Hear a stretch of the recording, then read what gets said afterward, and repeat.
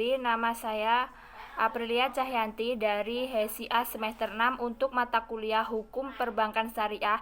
Di sini saya akan sedikit menjelaskan tentang lembaga-lembaga terkait dengan perbankan syariah yang meliputi Bank Indonesia, lembaga pinjaman simpanan, dan otoritas jasa keuangan. Pengertian Bank Indonesia. Bank Indonesia adalah bank sentral Republik Indonesia. Sebagai bank sentral, Bank Indonesia mempunyai satu tujuan tunggal, yakni mencapai dan memelihara kestabilan nilai rupiah. Kestabilan nilai rupiah itu mengandung dua aspek, yaitu kestabilan nilai uang terhadap barang dan jasa, kestabilan mata uang negara lain. Sebagai badan hukum publik, Bank Indonesia ini berwenang untuk menetapkan aturan-aturan hukum yang merupakan pelaksanaan dari undang-undang. Sedangkan Bank Badan Hukum Perdata, Bank Indonesia ini dapat bertindak untuk dan atas namanya sendiri di dalam ataupun di luar pengadilan. Tujuan dan tugas Bank Indonesia. Sebagai bank sentral, Bank Indonesia memiliki satu tujuan tunggal, yaitu mencapai dan memelihara nilai rupiah. Kestabilan ini bisa mengandung dua aspek, yakni kestabilan nilai mata uang dan barang dan jasa, kestabilan nilai mata uang pada uang negara lain. Aspek pertama dapat diukur lewat perkembangan laju inflasi, sedangkan aspek kedua tercermin dari nilai tukar rupiah terhadap mata uang negara lain. Keberadaan tujuan tunggal ini diharapkan memperjelas sasaran apa yang harus dicapai Bank Indonesia dan batas-batas tanggung jawabnya. Dalam upaya mencapai tujuan tunggalnya, Bank Indonesia ini didukung oleh tiga pilar yang merupakan tiga bidang tugasnya, yakni 1. Menetapkan dan melaksanakan kebijakan moneter, mengatur dan menjaga kelancaran sistem pembayaran. Yang ketiga, menjaga stabilitas sistem keuangan.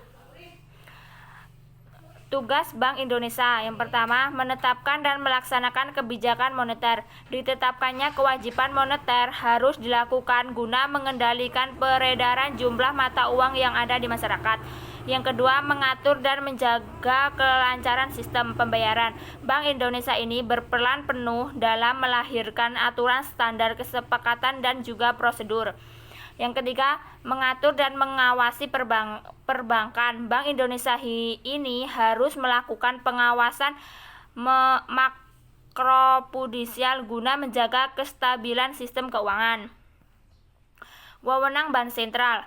Wewenang Bank Sentral ini, BI selaku Bank Sentral di Indonesia mempunyai wewenang khusus yang sebelumnya sudah diatur dalam Undang-Undang Republik Indonesia, yakni 1. Kewenangan membuat kebijakan moneter. 2. Kewenangan mengatur sistem pembayaran. Yang ketiga, kewenangan mengatur dan mengawasi perbankan. Yang B, pengertian lembaga penjamin simpanan atau disebut dengan LPS.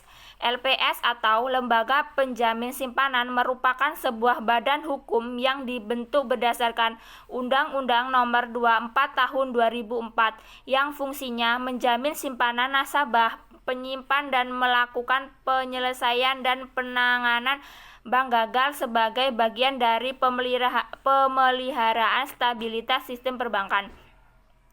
Penjamin simpanan nasabah yang dilakukan LPS bersifat terbatas, namun dapat mencapai sebanyak-banyaknya nasabah.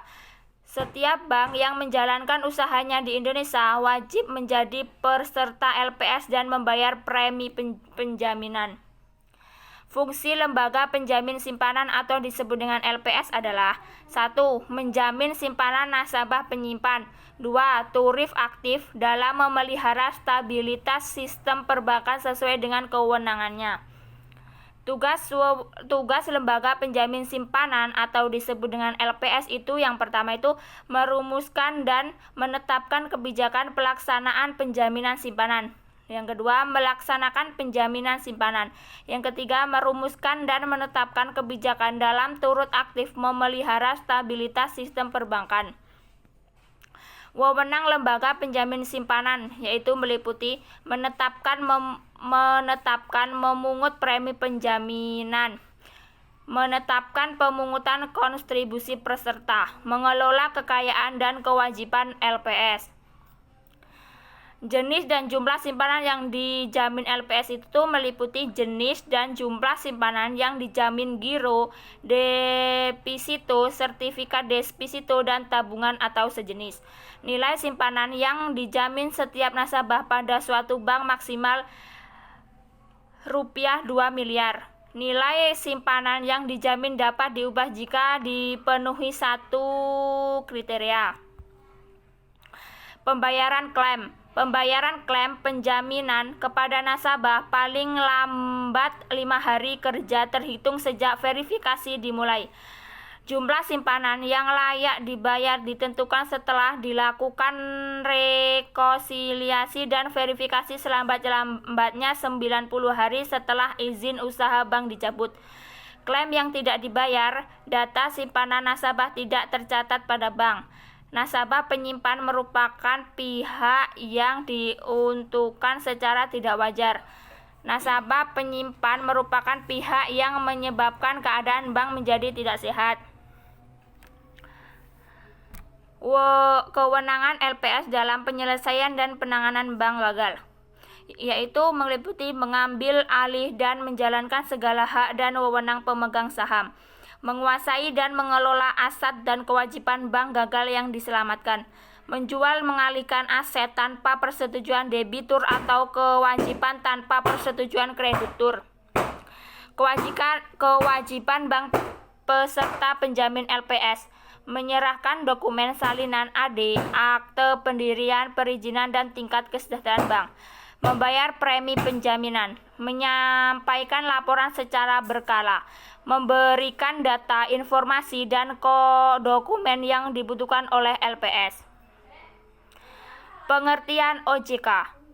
OJK yaitu Otoritas Jasa Keuangan, atau yang disebut dengan lembaga negara yang memiliki fungsi dan tugas dalam menerapkan sistem regulasi dan pengawasan industri jasa keuangan secara terintegrasi. Beberapa dari mereka yang termasuk dalam industri jasa keuangan yang berada di bawah pengawasan Otoritas Jasa Keuangan atau disebut dengan OJK itu meliputi perbankan, pasar modal, asuransi, dana pensiun, dan lembaga keuangan.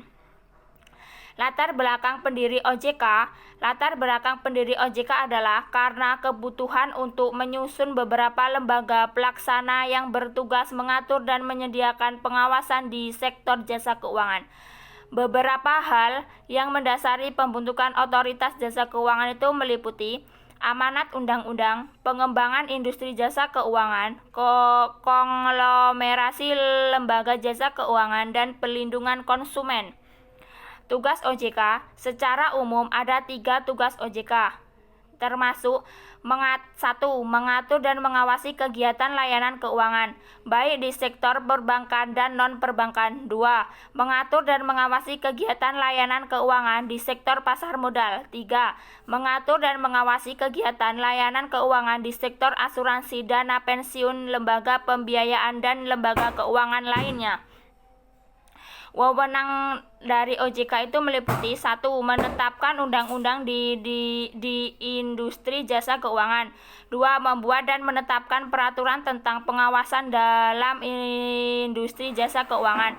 Membuat dan menetapkan kebijakan terkait pelaksanaan tugas OJK. Prinsip Otoritas Jasa Keuangan atau OJK. Berikut ini adalah beberapa prinsip dalam menjalankan tugas OJK. Yang pertama, prinsip kemandirian. 2. Prinsip kepastian hukum. 3. Prinsip kepentingan umum. 4. Prinsip keterbukaan. 5. Prinsip profesionalisme. 6. Prinsip integritas.